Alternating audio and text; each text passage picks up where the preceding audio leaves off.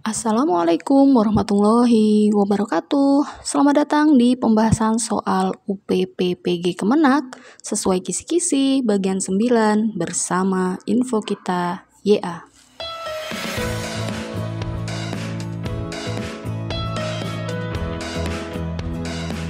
Sebelum lanjut, mohon teman-teman bisa like dan subscribe channel Info Kita YA agar mendapatkan notifikasi video lainnya dari channel Info Kita YA.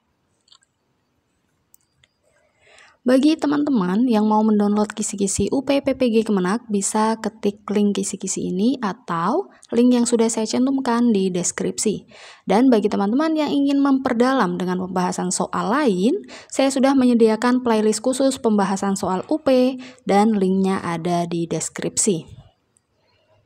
Baiklah, langsung saja kita ke pembahasan soal yang pertama. Pelaksanaan pembelajaran, bimbingan konseling, fikih kontemporer.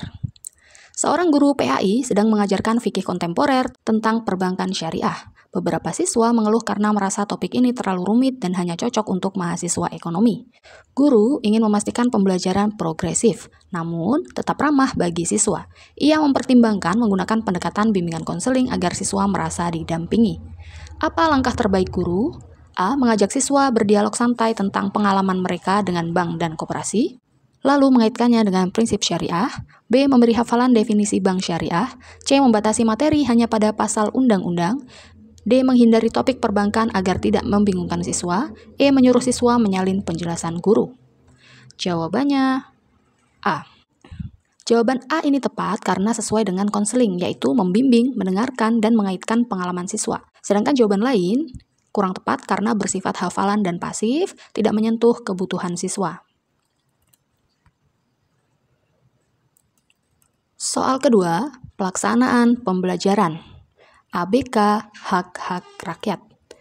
Di kelasnya, seorang guru PAI memiliki 2 siswa berkebutuhan khusus atau ABK. Saat membahas hak-hak rakyat dalam Islam, ia ingin agar mereka tetap bisa berpartisipasi meskipun memiliki keterbatasan belajar.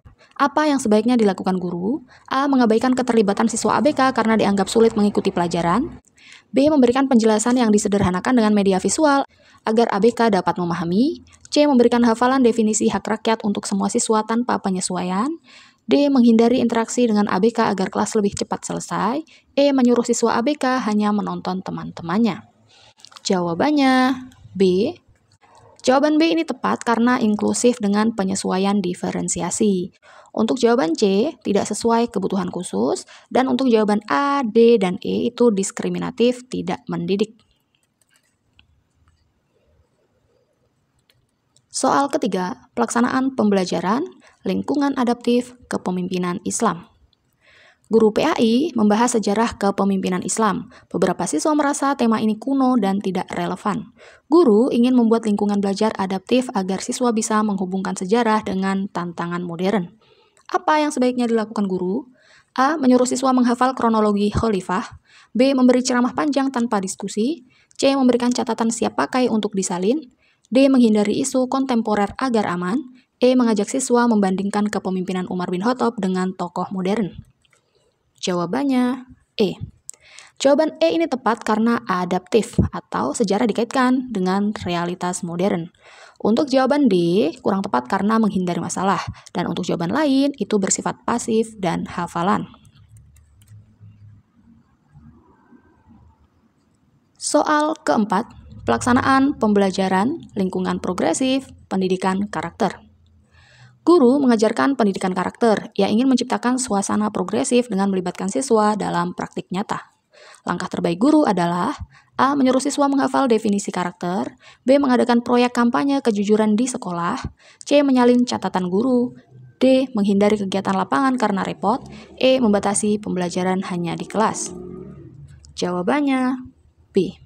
B ini tepat karena progresif, yakni pembelajarannya bersifat nyata dan berdampak. Untuk jawaban lain kurang tepat karena pasif atau tidak progresif. Soal kelima, pelaksanaan pembelajaran. Lingkungan membahagiakan, moderasi beragama. Guru PAI membahas Islam sebagai agama moderat. Beberapa siswa merasa bingung dengan isu budaya lokal, ada yang menolak, ada yang menerima. Guru ingin menciptakan suasana belajar membahagiakan sehingga siswa nyaman berdiskusi. Apa yang sebaiknya dilakukan guru? A. Memaksa semua siswa menerima tradisi tanpa diskusi. B. Memberikan tes hafalan, definisi moderasi. C. Membuka forum dialog santai tentang tradisi dengan menghargai perbedaan. D. Menghindari isu tradisi agar tidak menimbulkan masalah. E. Membatasi pembahasan pada kitab klasik. Jawabannya C. C ini tepat karena dialog santai itu menimbulkan suasana yang bahagia dan inklusif. Untuk jawaban lain, kurang tepat karena tidak sesuai prinsip lingkungan bahagia.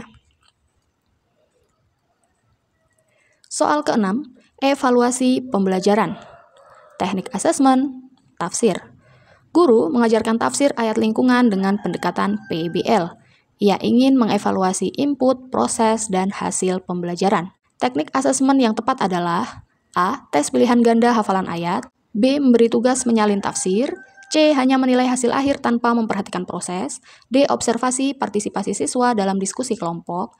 E. Menghindari evaluasi agar tidak merepotkan. Jawabannya D. D ini tepat karena observasi partisipasi berarti asesmen proses dan hasil.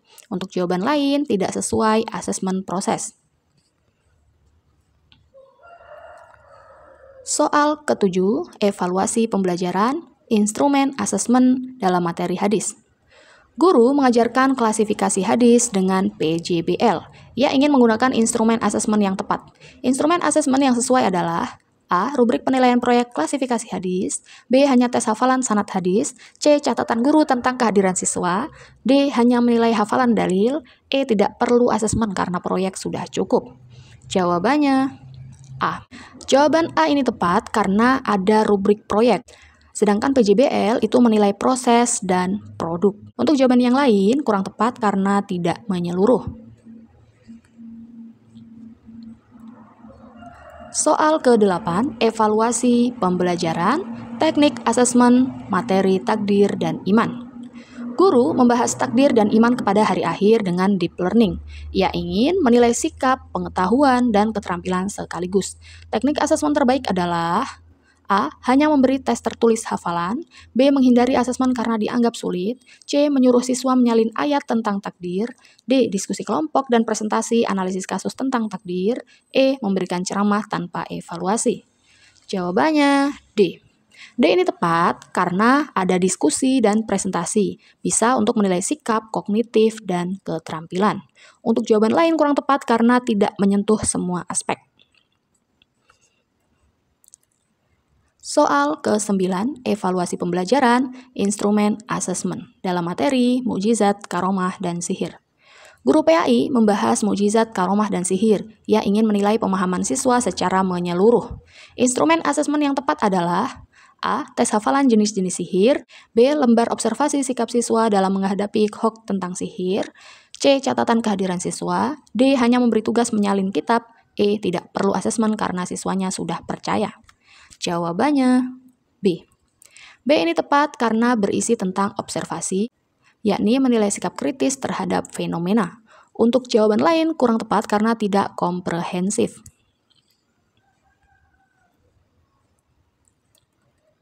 Soal ke-10, evaluasi pembelajaran, teknik asesmen dalam materi akhlak karimah. Guru mengajarkan pembentukan akhlak karimah. Ia ingin mengevaluasi sikap, pengetahuan, dan keterampilan siswa. Teknik asesmen yang sesuai adalah A. Tes tulis tentang definisi akhlak. B. Memberi tugas menyalin ayat. C. Memberi hafalan dalil akhlak. D. Menghindari evaluasi karena sulit menilai sikap. E. Observasi sikap siswa dalam praktik role-play akhlak. Jawabannya E. Jawaban E ini tepat karena observasi praktik nyata sesuai kompetensi sikap. Untuk jawaban D, menghindari tanggung jawab. Dan untuk jawaban lain, itu kognitif, tidak menyentuh sikap nyata.